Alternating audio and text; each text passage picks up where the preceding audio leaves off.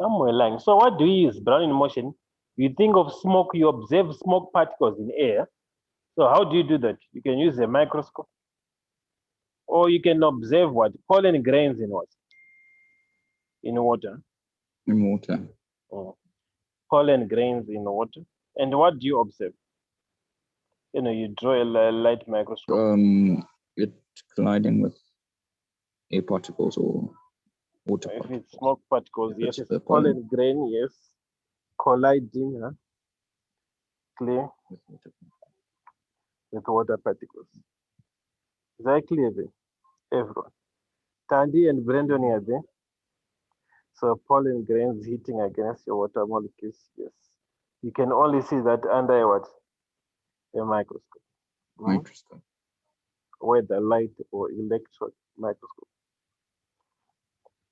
Which one is better, the light microscope or electron microscope? Isn't it the electronic? Yes, the electron microscope is expensive. That may be big schools will only have one or two. Huh? Yeah, Yeah. makes sense. Everyone. Mm-hmm. So, Yes, makes sense.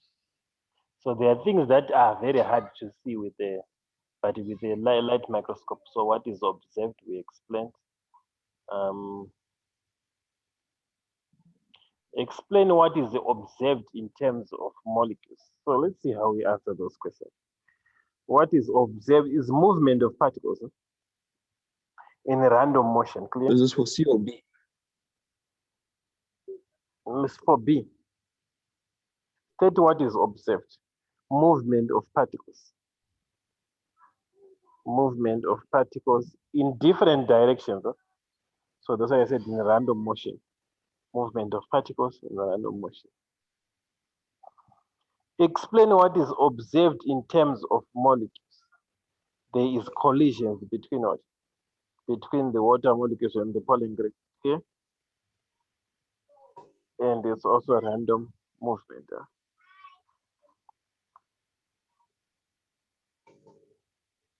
Okay. Now this, which is not difficult. Describe the motion of the molecules of gas. Let's see what's happening. Now this shows you a quantity of a gas in a cylinder filled to position P. To position P. Describe the motion of the gas. So what can you say about the gas particles? They are moving in a random what? In a random motion, or you can say in constant motion, in zigzag direction, huh? In all directions. Clear. Gas particles are always moving in a random motion. Clear? Or you can say in constant motion I thought they in moved. all directions. Zigzag. In all directions. Are we together? Mm-hmm.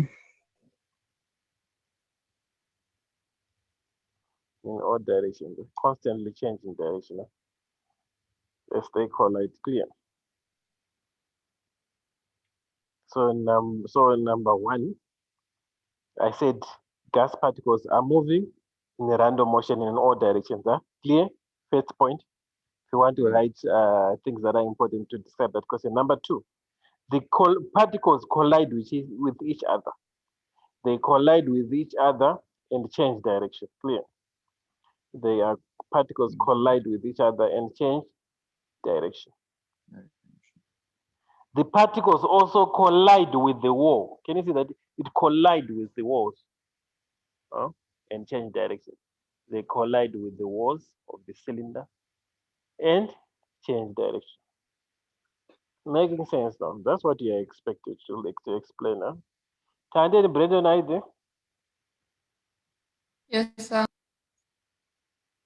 Very important. It's not a difficult topic, but maybe you don't know how to answer questions. Now, the piston is now slowly pushed down to decrease the volume of the gas.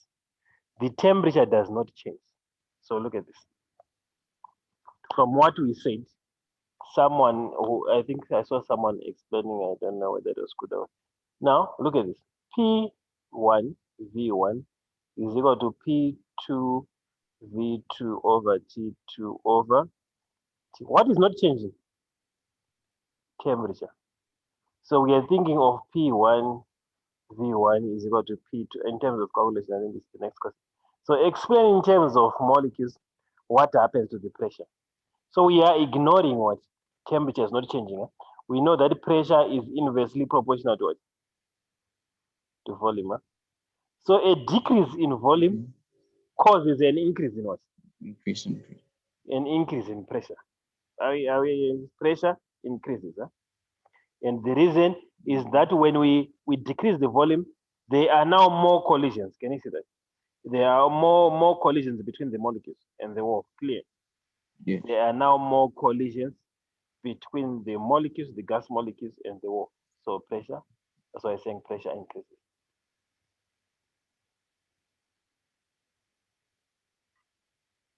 Okay. Now, before pushing the piston down, the pressure was that pushing the piston down reduces the volume from that to that. So you see our formula was temperature is constant, P1 V1. I think I saw that some you're remembering that formula there. P1 V1 is equal to that. So what is the pressure before? 1 times 10 to the power 5. And what volume? 500. No need to change because the units are the same. 500 is equal to the new pressure, which we don't know the final pressure, multiplied by the new volume, 240. So divide both sides by 2, 240. 240. What do you get? Divide the other side. 1 times 10 multiplied by 500 divided by 240. What do you get?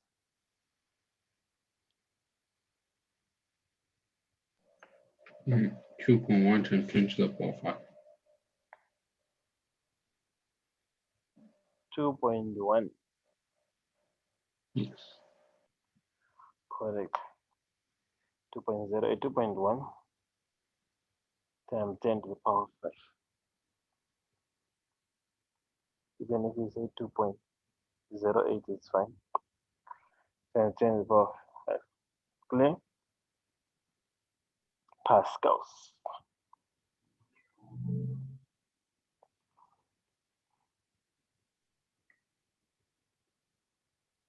Application of what you learned. We did number 1 to at your homework. Number 1 to 4. What number 1 to 6? Shadows of water form a path after the rain for on a wind day. Okay, let's see. Explain in terms of molecules, state and explain how the evaporation of the clouds is affected by reduction in wind speed. So, okay, we're looking at evaporation. How does wind speed, reduction in wind speed effect, does it increase or decrease evaporation? It decreases. It reduces. So, first mark to say it reduces evaporation, 1 mark. Reduces evaporation. Explanation, another mark. What's the explanation? Brandon?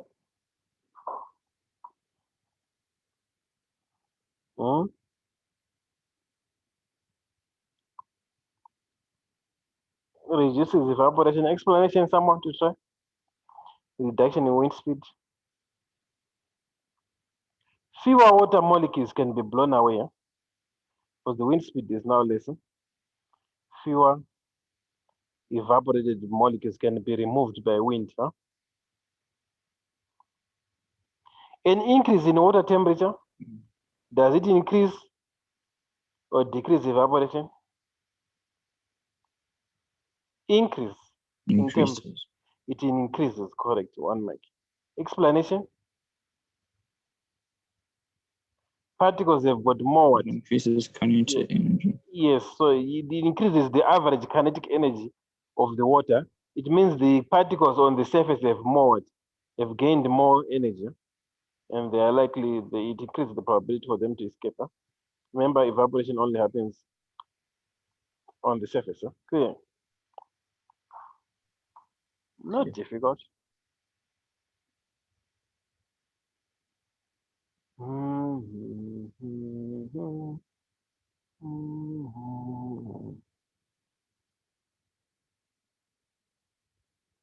explain how the rate of evaporation in large puddle compares to that on the small under the same condition. So I've got a small and a large. So what are you going to say?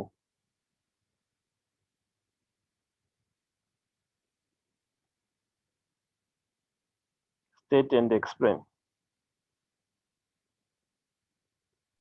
Isn't the evaporation the same? Can it be the same? It's Evaporation. because So volume doesn't evaporation. affect evaporation, isn't it? No. We're not talking of volume Wouldn't we here. say, Yes, Brandon, yes. wouldn't we say that evaporation in the larger puddle takes more time because it's a larger surface area?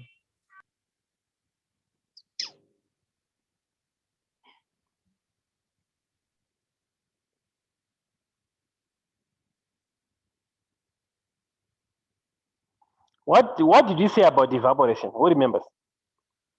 Evaporation, Brandon, happens on what? On the surface only. Yeah? That's what you said. Yeah? Yeah. Who remembers? On the surface. And we said that the greater the surface area, the greater the what? The greater the evaporation. Because you have more what? You have more molecules on the surface. So you're giving them the same energy, the same condition. So you tend to have on the large pedal, you have more what? More particles escaping. That making sense, Mr. Brandon? The larger the surface area, the larger the rate of evaporation. Clear? The larger the surface of something, the larger the what? The evaporation. If I take a tub and I put it outside or on the same condition, and I take a small pot, and I put it there, both of them are full of water. So in the tub, I will have greater rate of what? I will have greater rate of evaporation, clear? Because I've got more particles that are exposed to the same what? To the same condition. Remember, both of them are gaining same energy, but there I've got more of them. So I've got more particles that will escape on that surface. Is that making now sense, Brandon? Brandon? Yes, sir. Okay, everyone else, they've now been answered. Karen? Yes, Mr. Kim. Okay, that's what we're talking about here. Evaporation.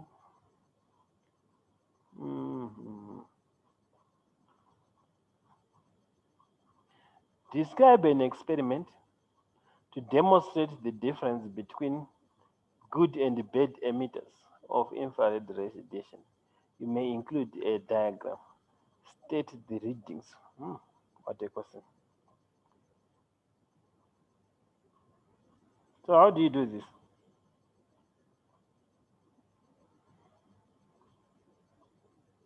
Describe an experiment.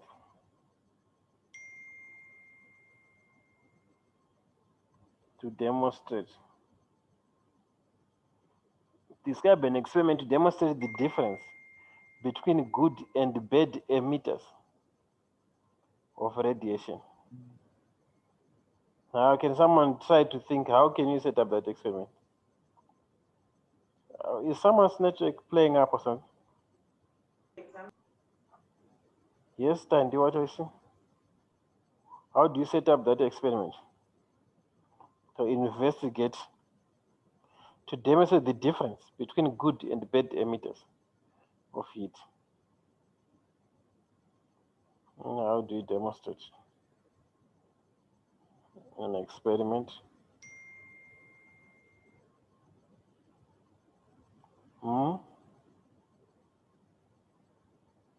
Someone to try?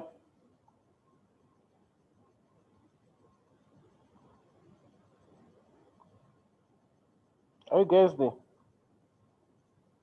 I'm not sure, Mr. Kim. Yeah, but how did you? So you left it blank. Someone to try, the other guys? Yes.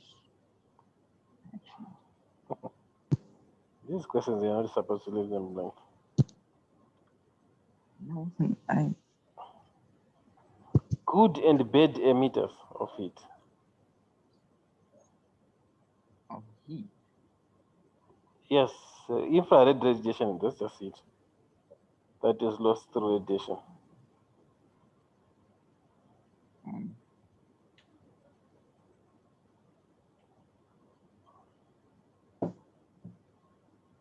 Someone. This is a difficult experiment. It's not a difficult experiment.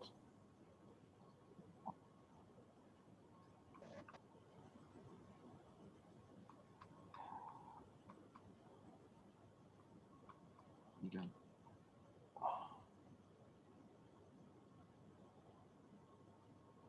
So what do you need? Karen?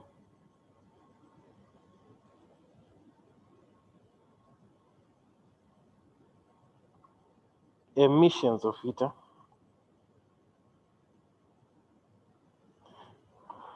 What do we know about bad emitters, and which ones are bad emitters and which one are good emitters?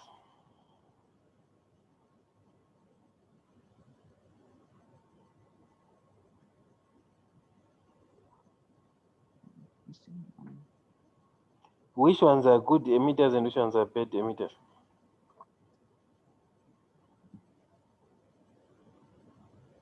What can you say about black and shine surfaces? Which ones are bad is that emitters what it means? and which one are good emitters of heat? Wouldn't it be black surfaces? We Or, talked- or We talked about it. good emitters? Yes, we talked about this. We said Yeah. black And surfaces. then light surfaces Ah. are bad emitters of. Yes, that's what we said. So But- now I'm giving you a clue. So how do you now set up an experiment?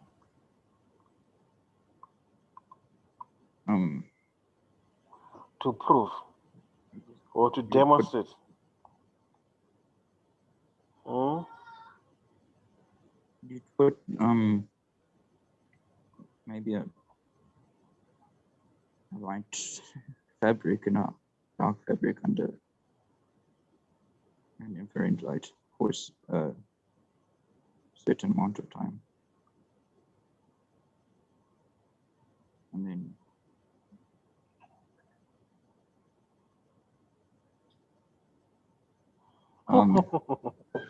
and then Yeah. after that certain period of time you take the temperatures and compare the temperatures of the materials. Not really. Someone to try. You have an idea?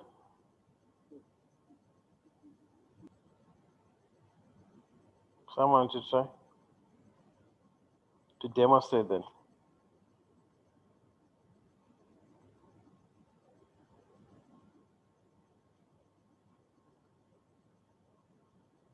Hmm?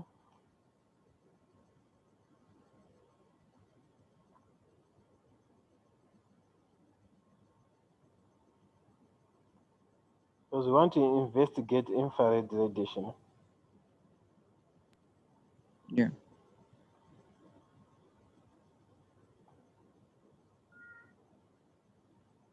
So what do you think we do?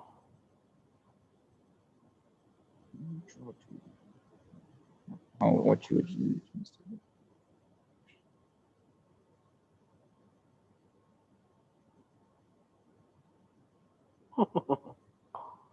Oh, What you're stuck. substance you'd use.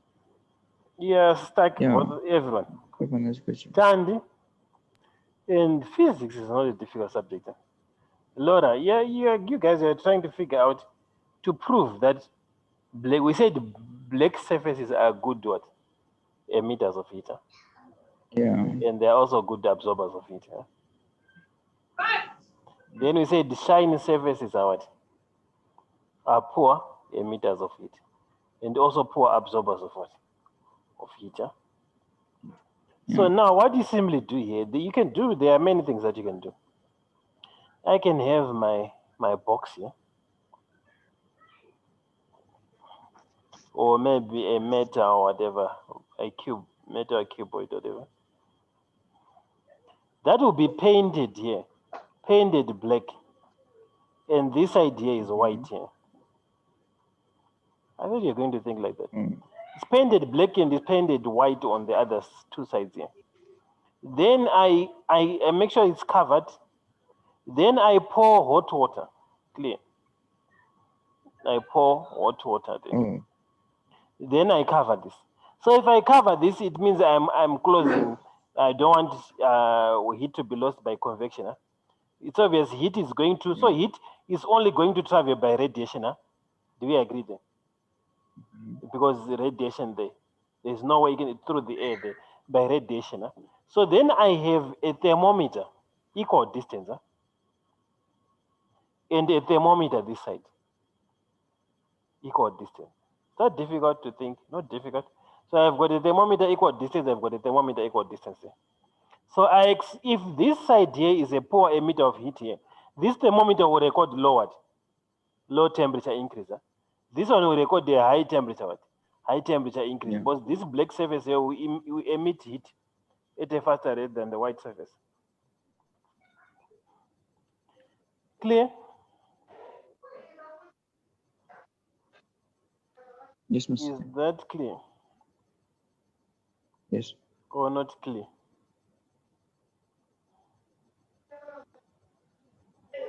Maybe let me quickly, before we continue, just hold on there, don't go anywhere. Hold on. Laura is there?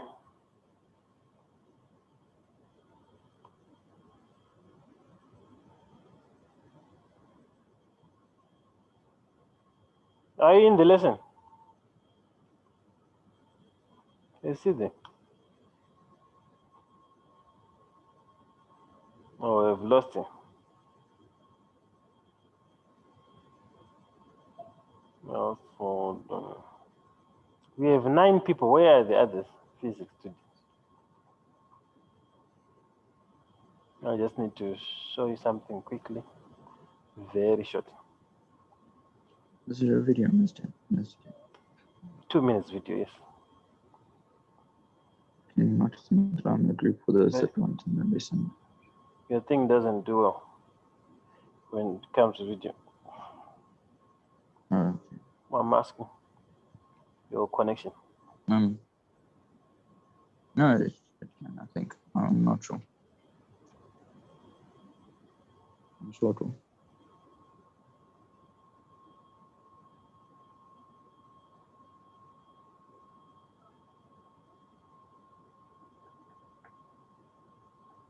Okay.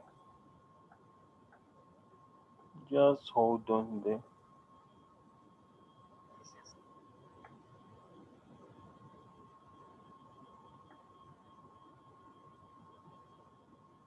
Laura, can you hear us? You're quiet. Yes, sir.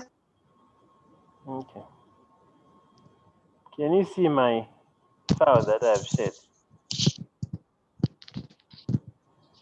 GCSE were quite practical this time of physics, and it's all about infrared absorption and diffusion. So what I have here is a Leslie cube.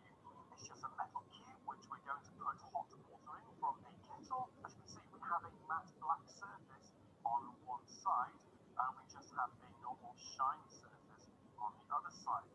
We're going to see which of these emits the most infrared radiation. I have my freshly oiled kettle. I'm just going to pop the water in. And the more the better. We're going to pop the cap on, so we're reducing the amount of heat lost to convection. The temperature of the water in the cube is going to go down over time, so we want to reduce the amount of heat lost as much as possible. You might want to think about how heat is lost in induction. It's in the table as well. You might want to heat proof that.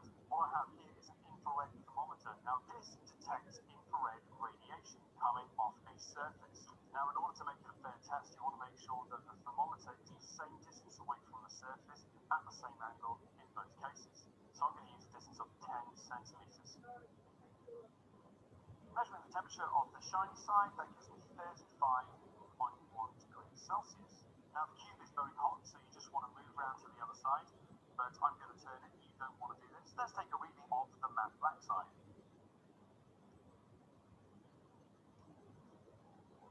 Wow, that's a really big difference.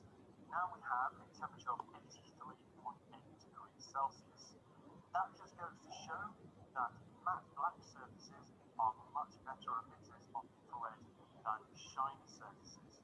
Now, there are a couple of other experiments that you can do to test the absorption of different surfaces as well. Now, what I have here is an infrared lamp. Most bulbs give out infrared, but these kind of lamps give out more infrared.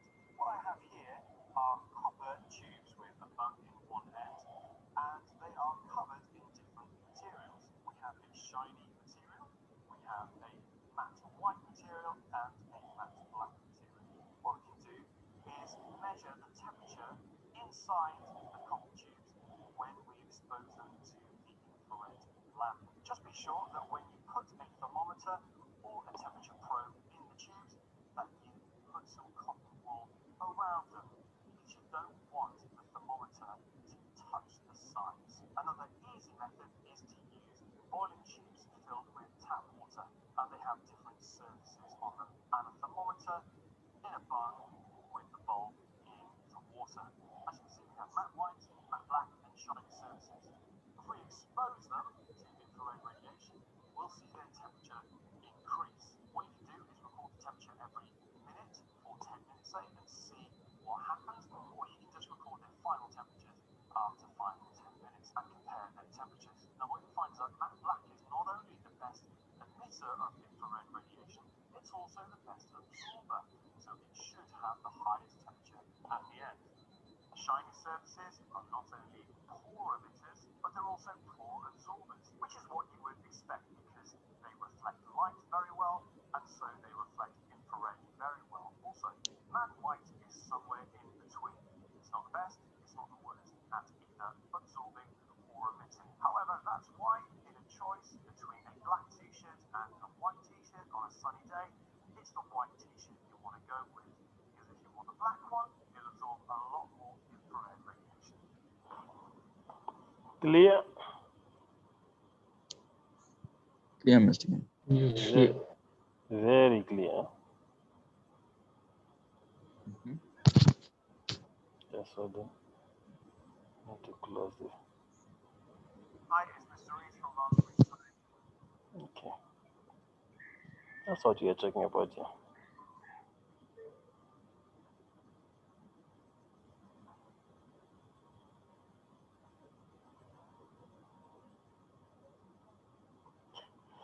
Number 4 was easy. So you're supposed to draw, complete the diagram. Solid, so solid, you expect the particles to be further apart. So liquid particles, then gas particles. Clear? Further apart. Mhm. In the list below, draw a ring to state. Okay, in the list below, draw a ring around the state of matter that is the easiest to compress. Mhm. So it's easy to compress what? A gas, huh?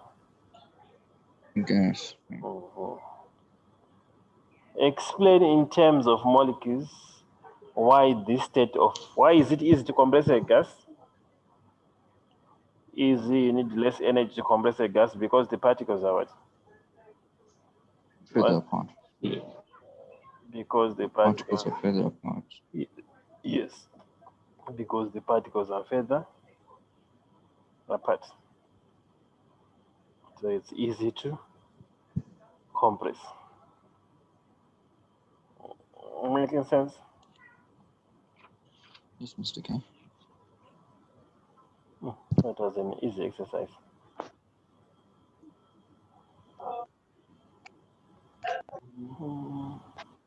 So I only gave you number. Okay.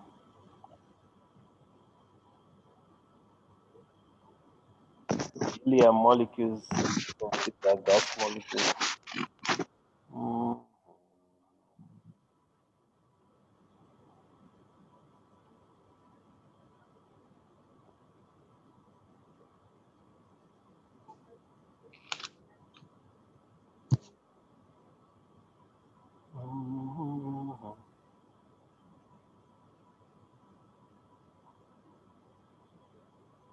So you can try the rest of whatever, the rest of the paper.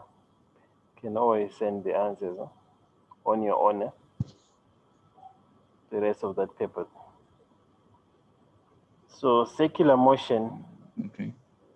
When is the next physics lesson? Let me check, Mr. K. We are left with one that topic, design of thermometers. That's the last thing that is left. This On is the last. Tuesday. This is the last lesson. Tuesday. Oh, So this is the last lesson before exit. yes. Mm-hmm. Okay, that's fine. So in that case, we'll see you after exit week, so that you can have a nice time with your families. Then we see you after the break. Thank you, So Mr. we'll see you tomorrow for the final lesson. Okay. Final lessons. Okay.